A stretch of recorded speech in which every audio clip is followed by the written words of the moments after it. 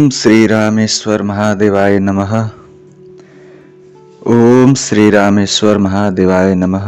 ओम श्री रामेश्वर महादेवाय नमः। सीताराम सीताराम सीताराम, जय सीताराम। आप सभी भक्तों का फिर से स्वागत है।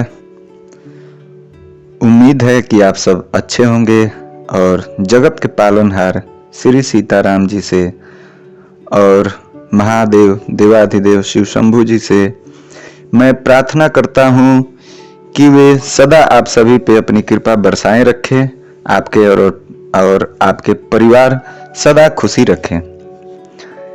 पिछले कथा में हम सब ने सुना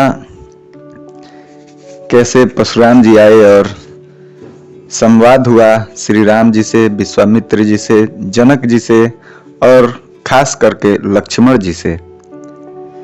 जब प्रभु परशुराम जी को पता चला कि ये नर नहीं नारायण है, तब उन्होंने क्षमा मांगी अपने अपशब्दों के लिए और फिर अपने तप के लिए चले गए। और विवाह जयमाला हुआ था, विवाह अभी नहीं हुआ था, सिर्फ जयमाला हुआ था। देवता लोग बहुत प्रसन्न थे। देवताओं ने नगाड़े बजाए और वे प्रभु के ऊपर फूल बहुत बरसा रहे थे। जनकपुर के तो स्त्री और पुरुष सब बहुत हर्षित थे। उनका मोहमय अज्ञान से उत्पन्न सील मिट गया था, अर्थात जो उनके अंदर शक था कि श्री रामचंद्र जी नहीं तोड़ पाएंगे, वो मिट गया था। अति गह गहे बाजन बाजे, सबहि मनोहर मंगल साजे। जूथ जूथ मिली सुमुखी सुनयनी, करही गान कल कोकिल बयनी। खूब जोर जोर से बाजे बज रहे थे। सभी ने मनोहर मंगल साज सजाए। सुंदर मुख और सुंदर नेत्रों वाली तथा कोयल के समान मधुर बोलने वाली स्त्रियां झुंड की झुंड एक साथ मिलकर सुंदर सुंदर गाने करने लगी। और जनक जी के सुख का वर्णन नहीं किया जा सकता। मानो वो कितने सुखी थे, मानो जन्मों की दरिद्री धन का खजाना पा गया हो। कोई दरिद्र हो जो धन का खजाना पा जाने पे जितना खुशी होता है, मानो वैसे ही जनक जी खुश हो रहे हैं। सीता जी का भी भय जाता रहा। वे ऐसी सुखी हुई जैसे चंद्रमा के उदय होने से चकोर की कन्या सुखी हो जाती है।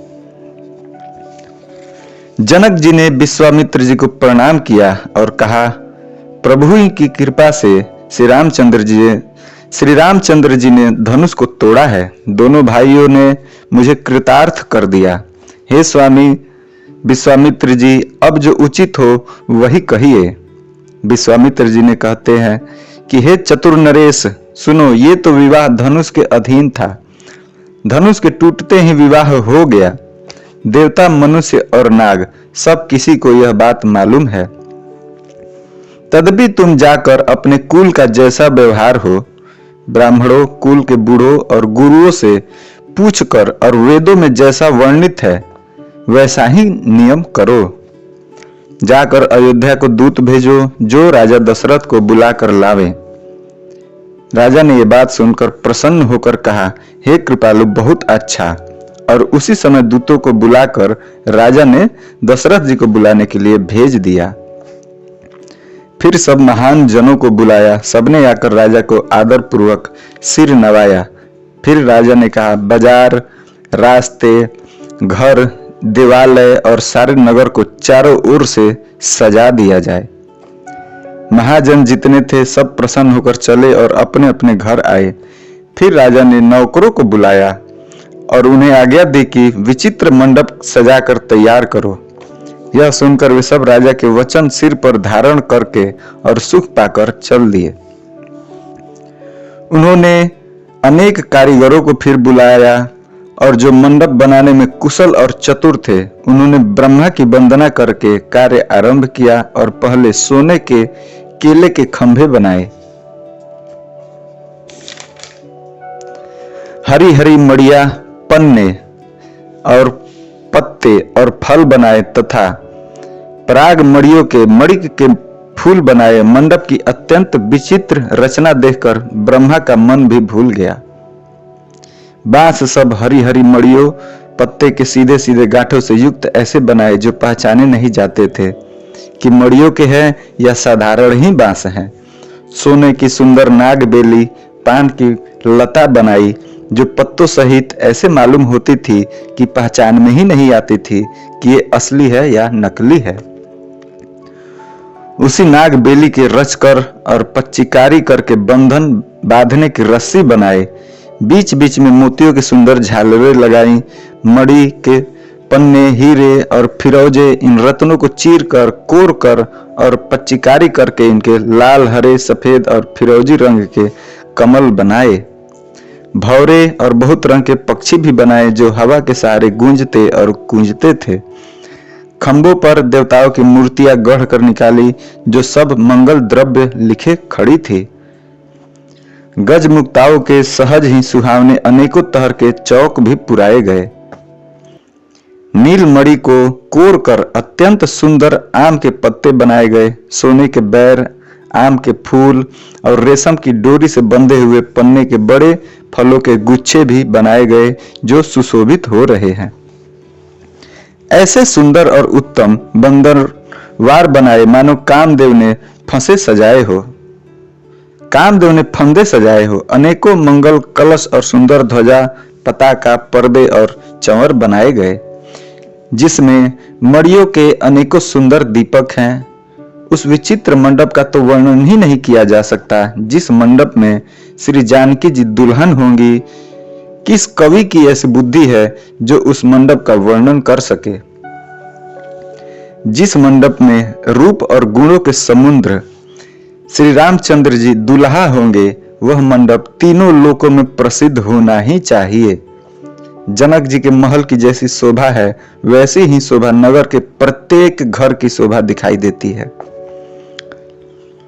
उस समय जिसने तिरहुत को देखा, उसे 14 भुवन तुच्छ जान पड़े। जनकपुर में नीच के घर भी उस समय जो संपदा सुशोभित थी, उसे देखकर इंद्र भी मोहित हो जाता था।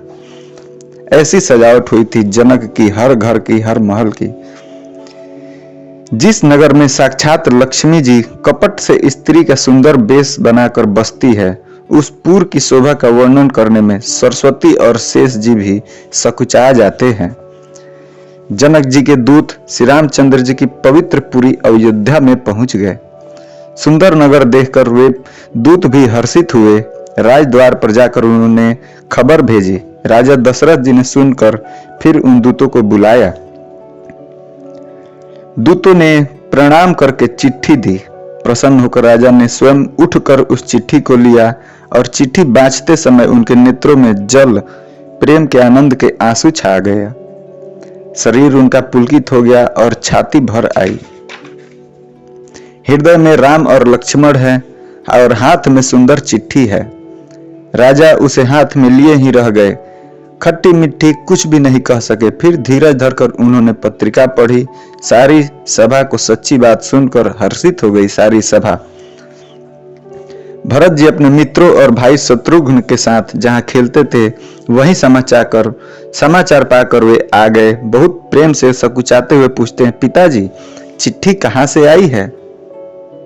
कुशल प्राण प्रिय बंधु दोई, अहि कहूं के सिदेश, सुनी स्नेह साने बचन बाची बहुरी नरेश। हमारे प्राणों से प्यारे दो भाई, कहिए सकुशल तो हैं और वे किस देश में है? सने से सने हुए वचन सुनकर राजा फिर से चिट्ठी पढ़ी। सुनिपाति पुल के दो भ्राता, अधिक स्नेह समात न गाता, प्रीति पुनीत भरत के देखी, सकल सभा सुख लहे विशेषी। चिट्ठी सुनकर दोनों भाई पुलकित हो गए। स्नेह इतना अधिक हो गया कि वह शरीर में समाता ही नहीं था। भरत जी का पवित्र प्रेम देखकर सारी सभा ने विशेष सुख पाया। तब राजा दूतों को पास बैठाकर मन को हरने वाले मीठे वचन बोले, भैया कहो, दोनों बच्चे कुशल से तो हैं? तुमने अपनी आंखों से उन्हें अच्छी तरह देखा है ना? सांवले और गोरे शरीर वाले वे धनुष और तरकस धारण किए रहते हैं। किशोर उनकी अवस्था है। विश्वामित्र मुनि के साथ हैं। तुम उनको पहचानते हो तो उनका स्वभाव बताओ। राजा प्रेम के विशेष वश होने से बार बार इस प्रकार पूछ रहे हैं। भैया, जिस दिन से मुनि उन्हें ले गए हैं तब से आज ही हमने सच्ची खबर पाई है। कहो तो महाराज जनक ने उन्हें कैसे पहचाना? हे प्रिय, प्रेम भर से वचन सुनकर दूत मुस्कुराए। अब दूतों ने क्या कहा? हे राजाओं के मुकुटमणि, सुनिए, आपके समान धन्य और कोई नहीं है, जिनके राम लक्ष्मण जैसे पुत्र हैं, जो दोनों विश्व के विभूषण हैं। आपके पुत्र पूछने योग्य नहीं है। वो पुरुष सिंह तीनों लोकों के प्रकाश स्वरूप हैं, जिनके यश के आगे चंद्रमा मलिन और प्रताप के आगे सूर्य शीतलता लगता है।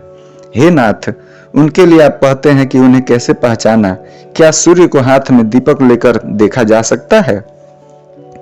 सीता जी के स्वयंवर में अनेकों राजा और एक से एक बढ़कर योद्धा एकत्र हुए थे, परंतु शिव जी के धनुष को कोई भी नहीं हटा सका। सारे बलवान वीर हार गए। तीनों लोकों में जो वीरता के अभिमानी थे, शिव जी के धनुष ने सबकी शक्ति तोड़ दी। बाणासुर, जो सुमेरु को भी उठा सकता था, वह भी हृदय में हार कर परिक्रमा करके चला गया, और जिसने खेल से ही कैलाश को उठा लिया था, वह रावण भी उस सभा में पराजय को प्राप्त हुआ। हे महाराज सुनिए, वहां जहां ऐसे ऐसे योद्धा हार मान गए, रघुवंश मणि श्री रामचंद्र जी ने बिना ही प्रयास किए शिव जी के धनुष को वैसे ही तोड़ डाला, जैसे हाथी कमल की डंडी को तोड़ डालता है। धनुष टूटने की बात सुनकर परशुराम जी क्रोध भर आए और उन्होंने बहुत प्रकार से आंखें दिखलाई। अंत में उन्होंने भी श्री रामचंद्र जी का बल देखकर उन्हें अपना धनुष दे दिया और बहुत प्रकार से विनती करके वन को गमन किया। हे राजन, जैसे श्री रामचंद्र जी अतुलनीय बली हैं, वैसे ही तेज निधान फिर लक्ष्मण जी भी हैं, जिनके देखने मात्र से राजा लोग ऐसे कांप उठते थे जैसे हाथी सिंह के बच्चे के ताकने से कांप उठते हैं। हे देव, आपके दोनों बालकों को देखने के बाद अब आंखों के नीचे कोई आता ही नहीं, हमारी दृष्टि पर अर्थात कोई चढ़ता ही नहीं, जब से हमने श्री राम और श्री लक्ष्मण को देखा है। प्रेम, प्रताप और वीर रस में पगी हुई दूतों की वचन रचना सबको बहुत प्रिय लगी। सभा सहित राजा प्रेम में मग्न हो गए और दूतों को निछावर देने लगे। उन्हें निछावर देते देखकर यह नीति विरुद्ध है ऐसा कहकर दूत अपने हाथों से कान मूंदने लगे। धर्म को विचार कर उनका धर्मयुक्त बर्ताव देखकर सभी ने सुख माना। तब राजा ने उठकर वशिष्ठ जी के पास जाकर उन्हें पत्रिका दी और आदर पूर्वक दूतों को बुलाकर सारी कथा गुरु जी को सुना दी। गुरु वशिष्ठ जी सब समाचार सुनकर और अत्यंत सुख पाकर बोले, पुण्यात्मा पुरुष के लिए पृथ्वी सुखों से छाई हुई है। जैसे नदियां समुद्र में जाती हैं, यद्यपि समुद्र को नदी की कामना नहीं होती, वैसे ही सुख और संपत्ति बिना ही बुलाए स्वाभाविक ही धर्मात्मा पुरुष के पास जाती है। तुम जैसे गुरु, ब्राह्मण, गाय और देवता की सेवा करने वाले हो, वैसे ही पवित्र कौशल्या देव भी है। तुम्हारे समान पुण्यात्मा जगत में कोई नहीं हुआ है और नहीं होने का है। हे राजन, तुमसे अधिक पुण्य और किसका होगा, जिसके राम सरीखे पुत्र हैं और जिसके चारों बालक वीर, विनम्र, धर्म का व्रत धारण करने वाले हैं। गुणों के सुंदर समुद्र हैं वो राम। तुम्हारे लिए सभी कालों में कल्याण ही है। अतएव डंका बजाकर बारात सजाओ और जल्दी चलो। गुरु जी के ऐसे वचन सुनकर हे नाथ बहुत अच्छा कहकर और सिर नवाकर दूतों को डेरा दिलवाकर राजा महल में फिर गए। राजा ने सारे रानिवास को बुलाकर जनक जी की पवित्र पत्रिका बाँच कर सुनाई। समाचार सुनकर सब रानियां हर्ष से भर गई। राजा ने फिर दूसरी सब बातों का जो दूतों के मुखों से सुनी थी उसका भी वर्णन किया। प्रेम में प्रफुल्लित हुई रानियां ऐसी सुशोभित हो रही हैं जैसे मोरनी बादलों की गरज सुनकर प्रफुल्लित होती हैं। बड़ी बूढ़ी अथवा गुरुओं की स्त्रियां प्रसन्न होकर आशीर्वाद दे रही हैं। माताएं अनंत आनंद में मग्न है। उस अनंत प्रिय पत्रिका को आपस में लेकर सब हृदय से लगाकर छाती शीतल करती हैं। राजाओं में श्रेष्ठ दशरथ जी ने श्री राम लक्ष्मण की कीर्ति और करनी का बारंबार वर्णन किया। यह सब मुनि की कृपा है, ऐसा कहकर वे बाहर चले गए। तब रानियों ने ब्राह्मणों को बुलाया और आनंदित सहित उन्हें दान दिए। श्रेष्ठ ब्राह्मण आशीर्वाद देते हुए चले।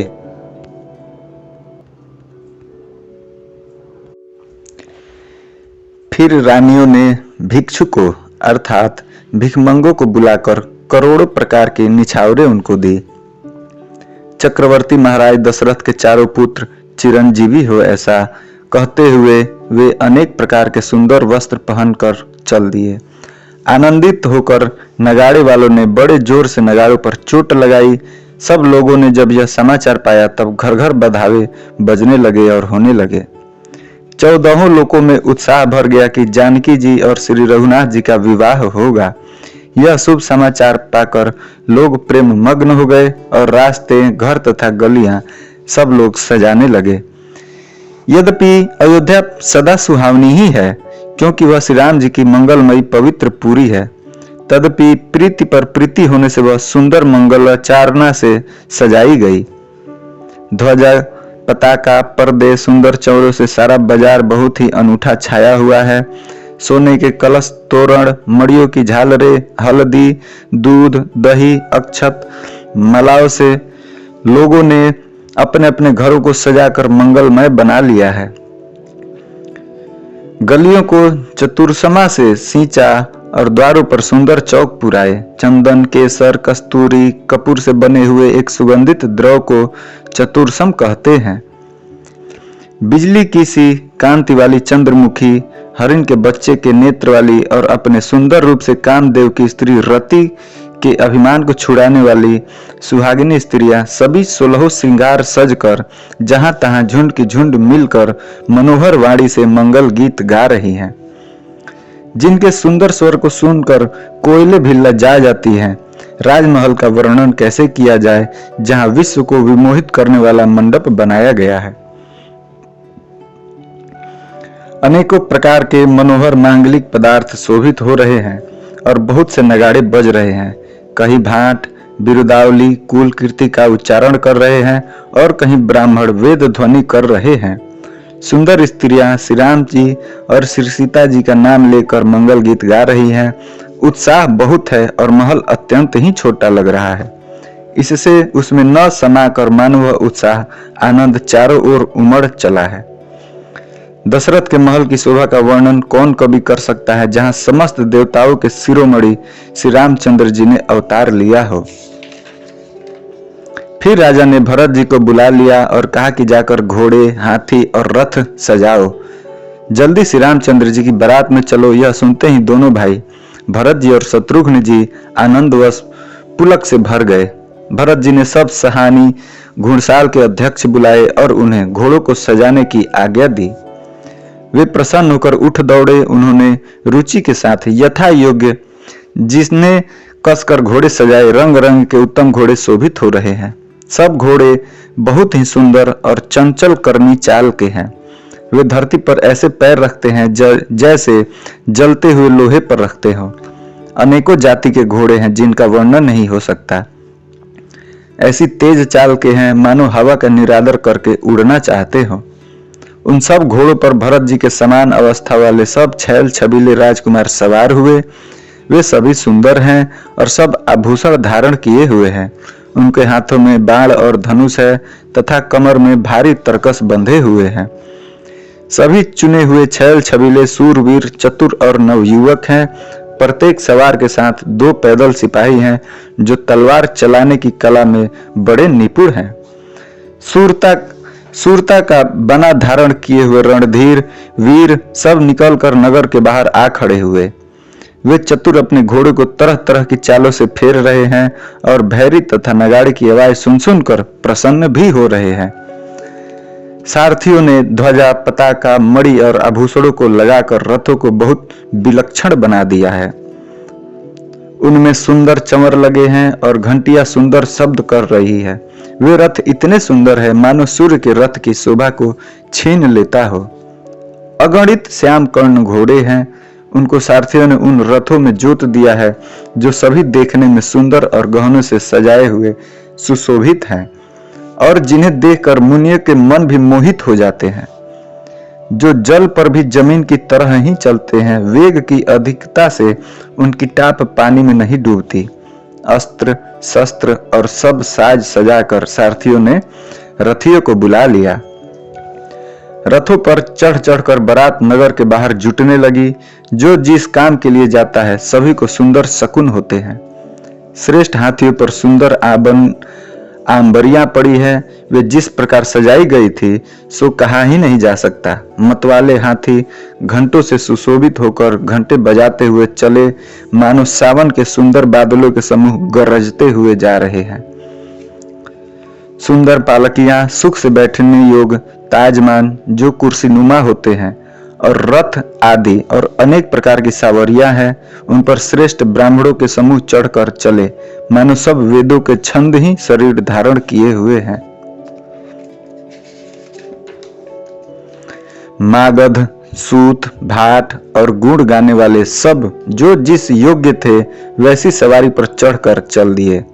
बहुत जातियों के खच्चर, ऊंट और बैल, असंख्य प्रकार की वस्तुएं लाद लाद कर चल दिए। कहार करोड़ों कांवरे लेकर चले, उनमें अनेक प्रकार की इतनी वस्तुएं थी जिनका वर्णन कौन कर सकता है। सब सेवकों के समूह अपना अपना साज समाज बनाकर चल दिए। सबके हृदय में अपार हर्ष है और शरीर पुलक से भरे हैं। सबको एक ही लालसा लगी है कि हम श्री राम लक्ष्मण दोनों भाइयों को नेत्र भरकर कब देखेंगे। हाथी गरज रहे हैं, अनेक घंटों की भीषण ध्वनि हो रही है। चारों ओर रथों की घरघराहट और घोड़े की हिनहिनाहट हो रही है। बादलों का निरादर करते हुए नगाड़े घोर शब्द कर रहे हैं। किसी को अपनी पराई कोई बात कानों से सुनाई नहीं देती। राजा दशरथ के दरवाजे पर इतनी भारी भीड़ हो रही है कि वहां पत्थर फेंका जाए तो वह भी पीस कर धूल हो जाए। आटरियों पर चढ़ी स्त्रियां मंगल थालों में आरती लिए दिखाई पड़ रही हैं और नाना प्रकार के मनोहर गीत गा रही हैं। अत्यंत आनंद का बखान नहीं हो सकता। तब सुमंत जी ने 2 रथ सजाकर उनमें सूर्य के घड़ों की भी मात करने वाले घोड़े जोत दिए। दोनों सुंदर रथ वे राजा दशरथ के पास ले आए, जिनकी सुंदरता का वर्णन सरस्वती जी से भी नहीं हो सकता। एक रथ पर राजसी सामान सजाया गया और दूसरा जो तेज का पुंज और अत्यंत शोभायान था, उस सुंदर रथ पर वशिष्ठ जी को हर्ष पूर्वक चढ़ाकर फिर स्वयं शिव गुरु गौरी पार्वती और गणेश जी का स्मरण करके दूसरे रथ पर चढ़ दिए। वशिष्ठ जी के साथ जाते हुए राजा दशरथ जी अब कैसे शोभित हो रहे हैं, जैसे देवगुरु बृहस्पति जी के साथ इंद्र हो। वेद की विधि से और कुल की रीति के अनुसार सब कार्य करके सबको सब प्रकार से सजे देखकर श्री रामचंद्र जी का स्मरण करके गुरु जी का आज्ञा पाकर पृथ्वीपति दशरथ जी शंख बजाकर चल दिए। बारात देखकर देवता हर्षित हुए और सुंदर मंगलदायक फूलों की वर्षा करने लगे। बड़ा शोर मच गया है। घोड़े और हाथी गरजने लग रहे हैं। आकाश में और बारात में दोनों जगह बाजे बजने लगे। देवांगनाएं और मनुष्यों की स्त्रियां सुंदर मंगलगान करने लगी और रसीले राग से सहनाइयां बजने लगे। घंटे घंटियों की ध्वनि का वर्णन ही नहीं हो सकता। पैदल चलने वाले सेवक गण अथवा पट्टेबाज करतस के खेल खेल रहे हैं और फहरा रहे हैं। आकाश में ऊंचे उछलते हुए जा रहे हैं।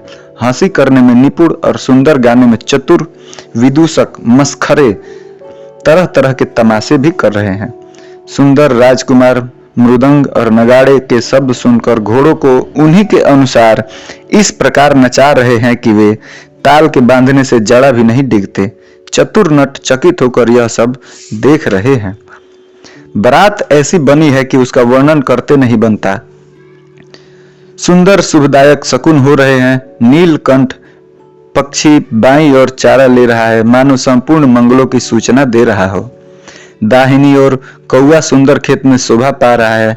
नेवले का दर्शन भी सब किसी ने पाया। तीनों प्रकार की शीतल मंद सुगंधित हवा अनुकूल दिशा में चल रही है। श्रेष्ठ सुहागिनी स्त्रियां भरे हुए घड़े और गोद में बालक लिए आ रही हैं रास्ते से। लोमड़ी फिर फिर कर बार बार दिखाई दे जाती है। गाय सामने खड़ी बछड़ों को दूध पिलाती हुई दिखती है। हिरणों की टोली बाईं ओर से घूमकर दाहिनी ओर की आई, मानो सभी मंगलों का समूह दिखाई दे रहा हो। छेम करी सफेद सिर वाली चील विशेष रूप से छेम कल्याण कर रही है। श्यामा बाईं ओर सुंदर पेड़ पर दिखाई पड़ रही है। दही मछली और 2 विद्वान ब्राह्मण हाथ में पुस्तक लिए हुए सामने आए।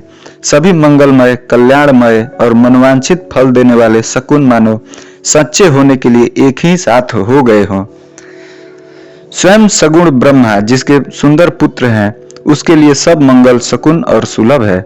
जहाँ श्री रामचंद्र जी सरीखे दुल्हा और सीता जी जैसी दुल्हन है तथा दशरथ जी और जनक जी जैसे पवित्र समधि हैं, ऐसा व्याह सुनकर मानो सभी शकुन नाच उठे और कहने लगे, अब ब्रह्मा जी ने हमको सच्चा कर दिया। इस तरह बारात ने प्रस्थान किया। घोड़े हाथी गरज रहे हैं और नगाड़ों पर चोट लग रही है। सूर्य वंश के पताका स्वरूप दशरथ जी को आते हुए जानकर जनक जी ने नदियों पर पुल बंधवा दिए। बीच बीच में ठहरने के लिए सुंदर घर पड़ाव बनवा दिए, जिनमें देवलोक के समान संपदा छाई हो और जहां तहां बारात के सब लोग अपने अपने मन की पसंद के अनुसार सुहावने उत्तम भोजन, बिस्तर और वस्त्र पाते हैं। मन के अनुकूल नित्य नए सुखों को देखकर सभी बारातियां अपने घर भूल गए। बड़े जोर से बजते हुए नगाड़ों की आवाज सुनकर, श्रेष्ठ बारात को आती हुई जानकर अगवानी करने वाले हाथी, रथ, पैदल और घोड़े सजाकर बारात लेने चल दिए। अब हम लोग यहाँ पे इस कथा को विश्राम करेंगे।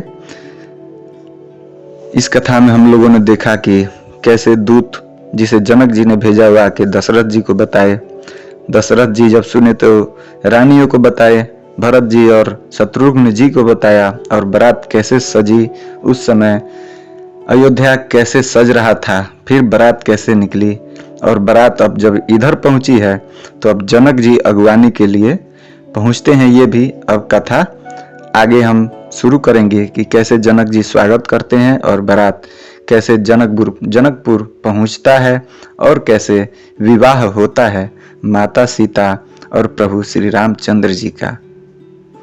तो कथा को आज यहाँ विश्राम देते हैं। एक बार बोलिए सियावर रामचंद्र की जय, रामचारो भैया की जय, पिता दशरथ पिता जनक जी की जय, माता कौशल्या माता सुमित्रा माता कैकेयी जी की जय, चराचर जीव की जय, अपने माता पिता की जय, गुरु गोविंद की जय, सभी देवी देवताओं की जय, अपने कुल देवी देवताओं की जय, हनुमान जी की जय। जय जय श्री सीताराम। हर हर महादेव।